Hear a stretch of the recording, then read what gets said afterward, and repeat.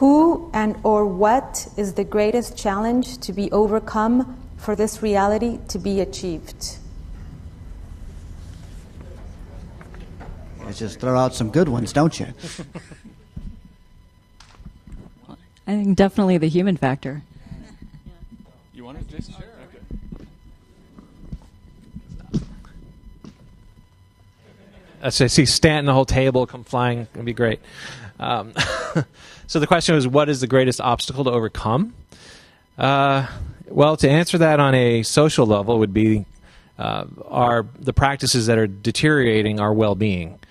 And that's a vague answer because it covers a lot of ground, from the environmental aspects to the social stressors, the biosocial stressors. You have the pollution inputs, the stress on your physiology. You also have the mental input, the stress on your mental states, say through debt, or from working in a structure where it's very basically like a private little dictatorship when you go to work and you punch in your time card.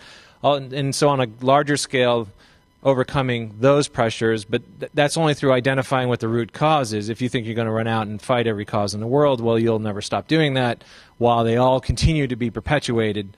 And so identifying the root cause and then overcoming those on a social scale. But then on a personal level, your greatest obstacle is you, in a way, because it depends on how you see this information. If the person who asked that question actually identifies with this train of thought that we've put forth today, then you're on your way to actually changing and updating your social value within the landscape around you. If everything we presented today is nonsense, then I don't know what to tell that person. It's just the greatest challenge is, I guess the pressure has not become high enough yet. It hasn't become bad enough yet to see the disparity between what we think works now and the outcomes that we're all living in. Yeah, excellent points. And just to stem off of that, it's all about realizing your own power. Realizing. I mean, there's so many intelligent people in this audience right now. I'm continually impressed. I have a lot of chapter interaction with the movement here in Los Angeles, and there's so many intelligent people that I come across that, quite frankly, probably know more than I do about a lot of these subjects. And it's just about stepping into your own power and stepping into your own, doing something with that intelligence and channeling it and realizing, yeah, you can do public activism. I was never an activist before any of this stuff, but it's just, and I'm not totally comfortable doing this stuff yet. But it needs to happen. So it's really a lot about, what Jason said, values, what you value, what you do with your time, and committing to that and realizing that this is a long process, and just enjoy creating social change. I can't imagine, anything more fun than doing that. So.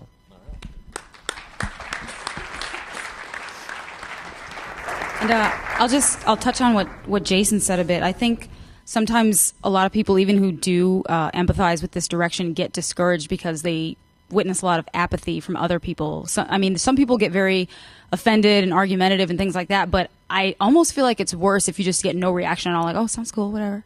It's like, this is kind of a big deal. But a lot of times I feel like most of it comes from the fact that people don't know. A lot of people don't know there's a solution. A lot of people don't know even what the root causes of the problems are. So that's how you run into that kind of apathy, and what you see around you. People are more preoccupied doing other things. I'm probably one of them. Obviously, I wasn't doing this my whole life. It wasn't until I really knew that there was a direction to work towards. So that, it's kind of the same thing with that obstacle being just getting the information out there so that people who become aware that there's somewhere to go from here start to move in that direction. Is that it? Okay.